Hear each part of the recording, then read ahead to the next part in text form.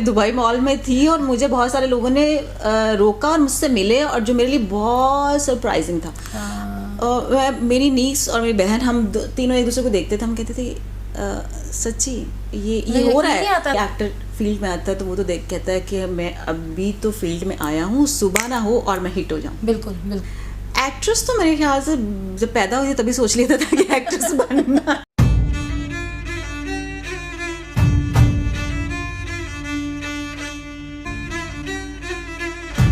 अस्सलाम वालेकुम everyone, this is Wajiha और आज मेरे साथ हैं बहुत ही प्यारी स्वीट सी और सबसे बढ़ के बहुत ही टैलेंटेड रायमा, और जो हम सब की बहुत प्यारी हैं छम्मो काबली पुलाव की। कैसी है रायमा?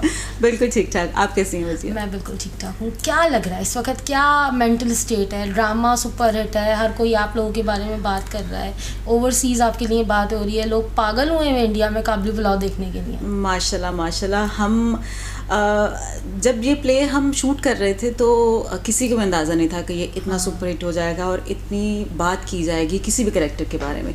जब हम शूट करते थे हमें लगता था कि शायद लोग, ऑडियंस इसको एक्सेप्ट ना करे क्योंकि कहानी ऐसी है, लेकिन मैं थैंक्स कहना चाहूँगी आप लोगों के चैनल के ज़रिए से कि सब लोगों ने इतना पसंद किया, सब लोग इतना प्यार दे रहे हैं। मुझे इतने डीएम आते हैं, मुझे इतने लोग, इवन मुझे रास्ते में रोक के लोग पूछते हैं कि आप छम्मो का कैरेक्टर कर रहे हैं। हाँ, कुछ नेगेटिव पॉजिटिव चीज़ें तो होती हैं, तो वो इस कैरेक्टर के साथ जुड़ी हुई हैं, लेकिन आई होप जब ये एंड की तरफ जा रहा होगा तो बहुत सारी चीज़ें, बहुत सारे ट्विस्ट आप लोगों को मिलेंगे। अरे जो अभी ट्विस्ट आया है, जो अभी लास्ट एपिसोड आने हुई है काबली पुलाव की, और उसमें जो आपका एक पर्टिकुलर सीन था, literally everybody has said this thing कि हमें गूज़बम्स आए। इट वाज क्योंकि एक औरत होते हुए उस पूरे सिनेरियो को किस तरह से डिपिक्ट करना है, उस किस तरह से पोर्ट्रे करना है, वो एक सिचुएशन बड़ी डिफ़िकल्ट होती है। और वो जिस वक्त आप उसको बड़े, what was the good thing about it कि बड़े ढके छुपे अंदाज में आप लोगों ने उसको करा, लेकिन कन्वे करी पूरी, कन्वे करी बिल्कुल। तो इसमें सबसे पहले तो मैं काशिफ सर, उनको थैंक्स भी कहूँगी और साथ ये भी कहूँगी कि वो जितनी खूबसूरती से एक सीन को देखते हैं कि हमने शूट किस तरह करना है, वो बहुत प्यारा होता है। क्या डिस्क्रिप्शन दी थी उन्होंने जब आपको ये शूट, ये पर्टिकुलर सीन डिस्क्राइब किस तरह से करा था? क्योंकि आपने मेरा कैरेक्टर को तो देखा ही होगा, वो कुछ बोलता ही नहीं है, उसके साथ ज़िंदगी में कुछ भी हो रहा है वो बिल्कुल खामोश है। अब बहुत सारे उसको लगता है कि मेरे अंदर जो कमी है, क्योंकि मेरे घर पे औलाद नहीं हो रही, तो वो जो जितनी भी प्रॉब्लम्स है वो मेरे साथ जुड़ी हुई हैं, वो मैं हूँ। तो वो जो बेबसी और वो चीज़ें होती हैं ना, वो बहुत अजीब सी लग रही होती हैं।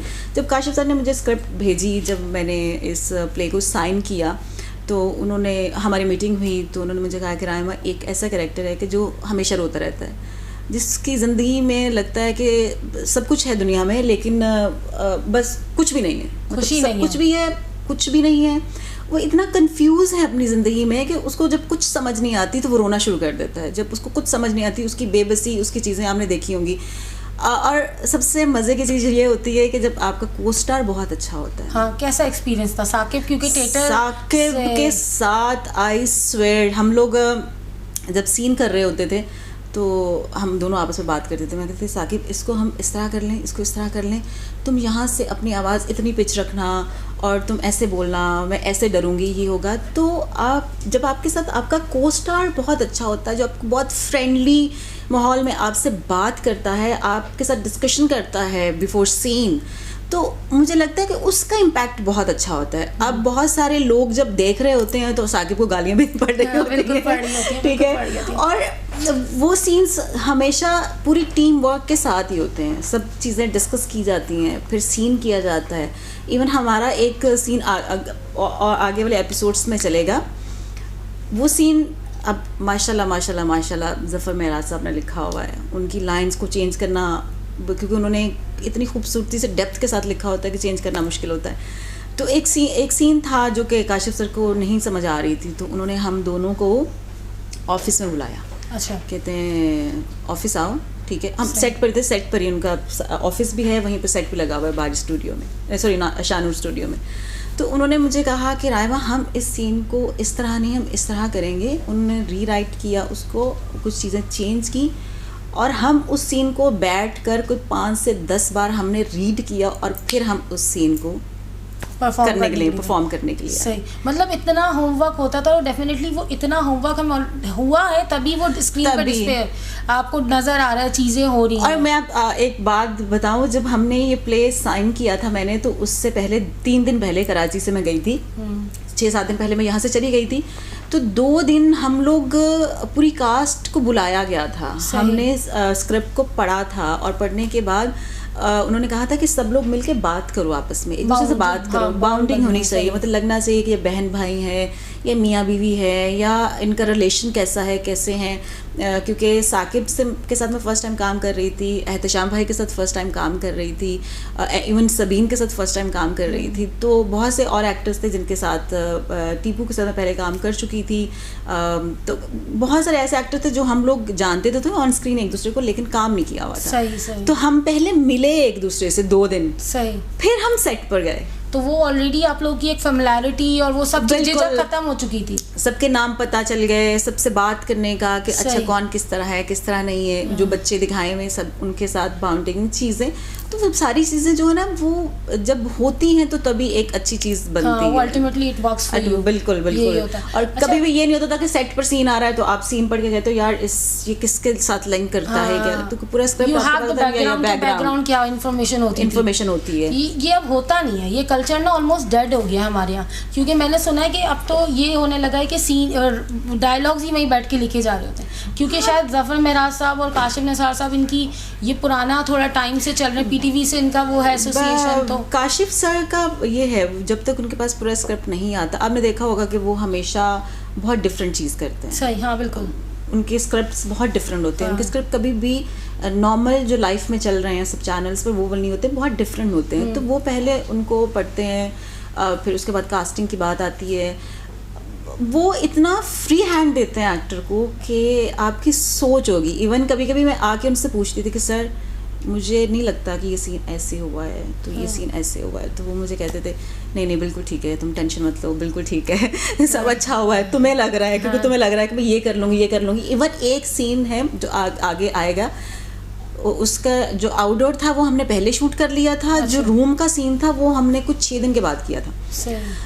तो मैंने कहा सर नहीं रूम का सीन हमने पहले कर लिया था, आउटडोर बाद में करना था। तो मैंने कहा कि जो रूम में मेरी एनर्जी थी, जो मैं बाहर से आई हूँ, उसकी एनर्जी मैच नहीं कर रही, तो मुझे समझ नहीं आ रही, मैं उनके पास चली गई। ये बहुत बड़ी बात होती है कि एक एक्टर को इतना फ्रीडम होता है कि वो डायरेक्टर के साथ जाकर बात कर लाता है कि मुझे ये चीज़ इस तरह की लग रही है, तो प्लीज़ आप इसको। तो मैंने जब उनसे बात की कि काशिफ सर मुझे लग रहा है कि जब मैं बाहर से अंदर आई हूँ तो मेरी वहाँ पे एनर्जी ज़्यादा थी, यहाँ कम है, ये है वो है, तो क्या हम लोग रूम वाला सीन फिर से कर लें, जबकि बहुत लेंथी सीन था। तो उन्होंने मेरी तरफ देखा, कहते हैं तुम्हें लगता है कि तुमने करना है? हाँ। तो मैंने कहा हाँ मुझे लगता है कि मैं कर लूँ। कहते वो तुम्हें लग रहा है, वो तुमने बिल्कुल ठीक किया है और तुम टेंशन मत लो, जो चलेगा तो फिर तुम देखना कि वो कैसा होता है। तो ये है। अच्छा, जब फर्स्ट एपिसोड ऑन एयर हुई है तो क्योंकि जाहिर सी बात है आप लोग बैजेस में काम कर रहे होते हैं, डिफरेंट सीन डिफरेंट टाइमिंग पे शूट हो रहे थे, तो पता नहीं होता कि ओवरऑल इम्पैक्ट वो कॉम्पैक्ट पीस क्या बना है। तो जब फर्स्ट एपिसोड ऑन एयर हुई तब आप जैसा आप कह रही हो आपको पहले आइडिया नहीं था कि जब व्हाइल यू वर वर्किंग कि ये इतना बड़ा सक्सेस स्टोरी होगा। बिल्कुल। तो जब फर्स्ट एपिसोड देखी तब आइडिया हुआ कि होगा सक्सेस? जब फर्स्ट एपिसोड इसका फर्स्ट एपिसोड नहीं, इसका जब इसकी OST जब आई है तो OST पे माशाल्लाह इतने बहुत व्यूज थे भाई, वो फौरन ही ड्रामे से पहले वायरल हो चुकी थी। तो वहाँ से फिर उसके बाद जब फर्स्ट EP चली और उसके रिव्यूज आए और लोगों ने उसके बारे में बात करना शुरू की कि बहुत डिफरेंट है, तो वहाँ से लगना शुरू हुआ कि हाँ कुछ बहुत अच्छी चीज़ है, वो बहुत अच्छे रिव्यूज़ आ रहे हैं। फिर हमें डर भी था कि फर्स्ट एपिसोड है शायद लोगों को पसंद आए, सेकंड में ना आए, थर्ड में ना आए, तो लेकिन जैसे जैसे उसकी जर्नी बढ़ती गई ना, उसके लोगों का प्यार, लोगों की मोहब्बत, लोगों का बात करना, लोगों का कैरेक्टर्स के बारे में बोलना, सब चीज़ें इतनी ज़्यादा होगी कि मुझे कभी कभी लग रहा होता था कि यार अल्हम्दुलिल्लाह उस रब का बहुत एहसान है कि हम सब लोगों ने मेहनत की और वो मेहनत रंग लाई। अच्छा Raima, you have been in the field like over 12 to 13 years. या ऑलमोस्ट 13 और काफी प्रोमिनेंट कैरेक्टर्स आपने किए हैं, लेकिन जिस टाइप की सक्सेस इस पर्टिकुलर कैरेक्टर को, this was something you deserved, और जो बहुत डिले हुई, तो उसकी क्या फीलिंग आती है? और अब चले भी गए थे, लाइमलाइट का टाइम था, यू वर आउट, वेकेशन हो रही थी. और वेकेशंस में देखें क्या, वेकेशंस में मैं दुबई मॉल में थी और मुझे बहुत सारे लोगों ने रोका और मुझसे मिले, और जो मेरे लिए बहुत सरप्राइजिंग था. मेरी नीस और मेरी बहन, हम तीनों एक दूसरे को देखते थे, हम कहते थे सच्ची ये हो रहा है, मतलब ये हो रहा है, मतलब वो सोच रहे थे कि ये हो रहा है. एक मेरी फैमिली जो दुबई में थी, उनके घर हम लोग खाने पे गए, तो उन्होंने अपने कुछ फ्रेंड्स को बुलाया हुआ था. जब मैं वहाँ पे एंटर हुई तो मुझे उनमें से एक लड़की थी, छम्मो. मैंने कहा यस. कहती अब भी मैंने एपिसोड देखा है आपका, अभी जो अभी चला है वो वाला देखा है. और मैं देख रही हूँ, मैंने लिटरली कहती मेरी पूरी फैमिली, मेरे सब दोस्त सब देख रहे हैं, राम तुमने बहुत अच्छा काम किया, मुझे बहुत खुशी हुई. वो पिक्चर्स बना रही थी, तो वो बड़ा अच्छा लगता है. हाँ, डिले की बात अगर आप करते हैं तो मेरे ख्याल से हम जो प्लान करते हैं ना, वो देखें, जो भी एक्टर फील्ड में आता है तो वो तो देख कहता है कि मैं अभी तो फील्ड में आया हूँ, सुबह ना हो और मैं हिट हो जाऊँ. बिल्कुल बिल्कुल. लेकिन इसके पीछे बहुत मेहनत होती है, और वो जो मेरा अल्लाह है ना, वो सही प्लान करता है. मुझे लगता है कि ये सही टाइम था मेरे लिए, और ये सही टाइम है. एक एक्टर को अपने आप को ग्रूम करना, बहुत सारी चीज़ों को सीखना, बहुत सारी बातों को करना, उसके बाद जब सक्सेस मिलती है तो मेरे ख्याल से उसको हजम करना भी और उसके साथ चलना भी बहुत आसान हो जाता है. हाँ, थोड़ा सा वो पेशेंस भी आ जाता है. पेशेंस भी आ जाते हैं. स्ट्रगल की बात करी तो बहुत सारे लोगों को पता नहीं है आपकी स्ट्रगल. आप लाहौर में थी, आप कराची मूव करा आपने, उसके अलावा भी बहुत लाइफ में स्ट्रगल होती है. तो थोड़ा सा अपने बैकग्राउंड के बारे में हमें बताओ कि कहाँ से जर्नी स्टार्ट हुई, क्यों सोचा कि एक्ट्रेस बनना है? एक्ट्रेस तो मेरे ख्याल से जब पैदा हुई तभी सोच लेता था कि एक्ट्रेस बनना है. क्योंकि जब आप सोचते हैं तभी आप कुछ मेहनत करने के लिए घर से निकलते हैं, या फिर कुछ अचीव करने के लिए घर से निकलते हैं. तो मुझे लगता था कि मैं एक्ट्रेस, और मुझे लगता है कि मैं सिर्फ एक्टिंग ही कर सकती हूँ, मुझे और कुछ नहीं करना आता.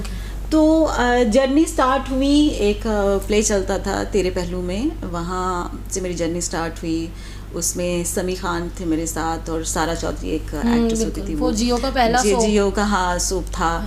और वहाँ से मेरी जर्नी स्टार्ट हुई. मैं बिल्कुल एंड पर थी 2009 में मैं, और उसका मेरे ख्याल से 50 या 60 एपिसोड्स किए होंगे, तो वो फिर बंद हो गया, कुछ ऐसी चीज़ें चल रही थी. तो वहाँ से मेरी जर्नी स्टार्ट हुई.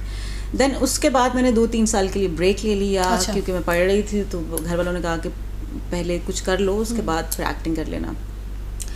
फिर मैं 2012 के एंड पर कराची शिफ्ट हुई. अच्छा. और मेरी सही स्ट्रगल यहाँ से शुरू हुई. क्या रिजेक्शंस और स्क्रिप्ट ना मिलना, फेवरेटिज्म, ये सारी चीज़ें कुछ हुई आपके साथ? बहुत.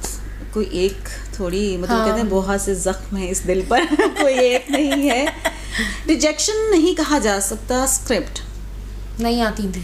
स्क्रिप्ट वो नहीं आती थी जो मैं चाहती थी. और उसमें क्या मसला था आपके एंड पे? मैनेजर सही चीज़ कन्वे नहीं कर रहा था, या सही लोगों को अप्रोच नहीं कर पा रही थी? What was lacking on your point? सही लोगों को अप्रोच तो कर रही थी. वो कहते हैं कभी-कभी लक की बात होती है. तो अब देखें, काबली ब्लॉग से लक चल गई. हाँ, शायद उस वक्त लक का भी कुछ मसला था. और कुछ स्क्रिप्ट भी ऐसे आते थे कि जो मैं नहीं करना चाहती थी. अगर देखें, मैंने एक प्ले कर लिया है जो बहुत नेगेटिव है, तो मैं नहीं चाहती कि मैं 5, 6 या 10 सीरियल नेगेटिव में ही करूँ. क्योंकि हर एक्टर के पास एक्सप्रेशंस जब होते हैं तो कुछ 1-2 एक्सप्रेशंस मेन भी होते हैं जो मेन ही रहते हैं. तो हर एक में एक जैसे लगने से अच्छा है कि आप एक साल में अगर एक नेगेटिव करते हो तो फिर ठीक है. अच्छा, मुझे ये बताओ राइमा कि मोस्टली आपने जो कैरेक्टर्स करे हैं वो सपोर्टिंग के होते थे. ठीक है. इसमें तो आपकी पैरेलल बिल्कुल सबीना के साथ जो स्टोरी चल रही है, तो ये भी बात है कि फोकस में आप बिल्कुल एकदम से आए हो. लेकिन जब सपोर्टिंग कैरेक्टर्स कर रहे होते हैं और आपकी जो मेन लीड होती है, समटाइम्स यू फील लाइक इससे बेहतर तो मैं कर लेती यार. होता है ना. लेकिन वो अपॉर्चुनिटीज़ की शायद बात होती है. बिल्कुल ऐसा होता है. लेकिन अल्हम्दुलिल्लाह मैंने जितने भी अपने को स्टार्स जिनके साथ मैंने काम किया है, मेरी सबके साथ बहुत अच्छी बाउंडिंग, बहुत अच्छा प्यार. कभी भी नहीं एक दूसरे को सपोर्ट करते हुए हम लोग चलें. कभी कोई ऐसी लड़ाई झगड़ा ये भी नहीं हुआ. और हमने कोशिश की कि अच्छे से अच्छा करें। मुझे लगता था कि हाँ जो मुझे चीज़ ऑफ़र हो रही है, जबकि मुझे बहुत सारे प्रोडक्शन हाउसेस ने मुझे कहना भी शुरू कर दिया था कि तुम्हें चीज़ हम पिच करते हैं और आयमा तुम मना कर देती हो, तुम्हें पिच करते हैं तो मना कर देती हो। तो मैं कहती थी कि जो चीज़ मुझे खुद दिल से अच्छी नहीं लगी करने में तो मैं परफॉर्म कैसे करूँगी वहाँ जाके, तो मैं नहीं करूँगी। तो बहुत सारी चीज़ें इसलिए भी छोड़ दी। हाँ मैंने बहुत से भंड भी मारे, मैंने बहुत से ऐसे प्लेस भी कर लिए जो मुझे नहीं करने चाहिए थे, लेकिन उस वक्त शायद सिचुएशन ऐसी थी कि मैंने कर ली है, तो कर लिया। अच्छा, काबली पुलाव पे वापस आते हैं। मुझे बताओ सेट पे क्या होता था, क्या एक सेट का एनवायरनमेंट होता था? मैं अपने सेट को इतना मिस करती हूँ। हम लोग रमज़ान में शूट कर रहे थे। आप सोचें कि हमारा जो तब मैं डाइट पर थी, कीटो डाइट कर रही थी, तो एहतशाम भाई हमेशा मुझे कहते थे तू क्या कर रही है, ये वाली चीज़ खा। अब सोचें कि हमारा एक टेबल होता था जिसके ऊपर चीज़ें भरी पड़ी होती थी खाने के लिए। हमारे सेट पर ना किसी से लड़ाई हुई है, सबकी एक्टर्स की आपस में। सही। मतलब आप सोचें कि काशिफ सर कहते थे खुदा के लिए तुम लोग हंसना बंद करोगे, सारे के सारे सीरियस सीन है इस वक्त, खुदा के लिए चुप कर जाओ तुम लोग। हाँ। और एहतशाम भाई इतने पोलाइटली बात करते थे, सबीन इतने अच्छे से, मतलब इतना अच्छा हम सब लोगों का रहा है कि मैं मतलब अगर बताऊं सब लोगों को कि वो लोगों को लगेगा ये तो बहुत फेक है कि ये कह रही है कि हमारा कुछ झगड़ा नहीं हुआ है। बिल्कुल नहीं, लेकिन वो दिख रहा है ना, शूट चली, इतनी स्मूथ शूट चलती थी हमारी। किसी का कोई फटना नहीं, किसी को कुछ खाने के लिए चाहिए वो अवेलेबल होता था, किसी की कोई चीज़ किसी को चाहिए वो अवेलेबल होती थी। आप अपने कैरेक्टर पे फोकस करके बैठे होते थे, आप अपने सीन्स करते थे, आपको बताया जाता था कि आपने काम किस तरह करना है। फ्री हैंड भी होता था, फ्री हैंड भी होता था, आपको कोई डिस्टर्ब नहीं करता था, आपको कोई डिस्टर्बेंस नहीं थी, आप इजी एक चिल माहौल में आप काम करने के लिए जाते थे। तो हमारा सेट बहुत चिल था, बहुत ज़्यादा। सही। अब क्या एक्सपेक्टेशंस, अब क्या करना है आगे? अब काबली पुलाव तो एक बेंचमार्क सेट हो गया। ये सबसे मुश्किल सवाल है इस वक्त के लिए। कुछ ऑफर्स आ रही हैं? ऑफ़र्स आ तो रही हैं, लेकिन जो ऑफ़र्स आ रही हैं वो फिर वैसी ही ऑफ़र्स आ रही हैं। तो जबकि मैं सब लोगों से कह भी रही होती हूँ कि अब तो हाँ देख लिया, अब तो कुछ बेहतर चीज़ जो है ऑफ़र कर सकते हैं। लेकिन लेट्स होप कि क्या होता है क्या नहीं होता। लेकिन अब मुश्किल इसलिए हो चुका है कि काबली पुलाव का करने के बाद और इतने ज़्यादा इसके व्यूज़ और लोगों का देखना, जिन लोगों ने शायद ज़िंदगी में कभी टीवी नहीं देखा वो भी देख रहे हैं। बिल्कुल, और देख रहे हैं और सब देख रहे हैं और सब मुझे जान गए हैं। पहले होता था कि आपको बताना पड़ता था कि यार मैं एक्ट्रेस हूँ, मैं रायमा हूँ। इवन किसी प्रोडक्शन हाउस में जाते थे तो लोग होते थे अच्छा आपने क्या क्या किया, तो बताना पड़ता था। तो अब अल्हम्दुलिल्लाह ये हुआ है कि मुझे अब बताना नहीं पड़ेगा कि मैंने क्या किया है। हाँ। तो काबली पुलाव का ये, और thanks green channel, thanks Kashif sir, Safar Meraj sir, Imran जो कि ग्रीन चैनल पर होते हैं, एंड कैसर भाई, और बाकी मेरी टीम है, तशाम भाई हो गए, सबीन हो गई, मेरी बाकी कास्ट हो गई, इवन मेरा स्टाफ, चीज़ें सबका थैंक्स इसलिए क्योंकि उन सब की वजह से ये बना है, मेरी अकेले की वजह से नहीं, उन सब की वजह से। अच्छा, सबीन के बारे में बताओ, सबीन के साथ कैसा रिलेशनशिप बिल्ड हुआ? और आप अब इसके बाद, क्योंकि मुझे लगता है वो खुद भी बहुत सरप्राइज है वो खुद भी सरप्राइज इसलिए है क्योंकि माशाल्लाह उसको इतना अच्छा ब्रेक मिला है। मतलब उसको पहले हमेशा सपोर्टिंग कैरेक्टर्स में ही कास्ट किया जाता था।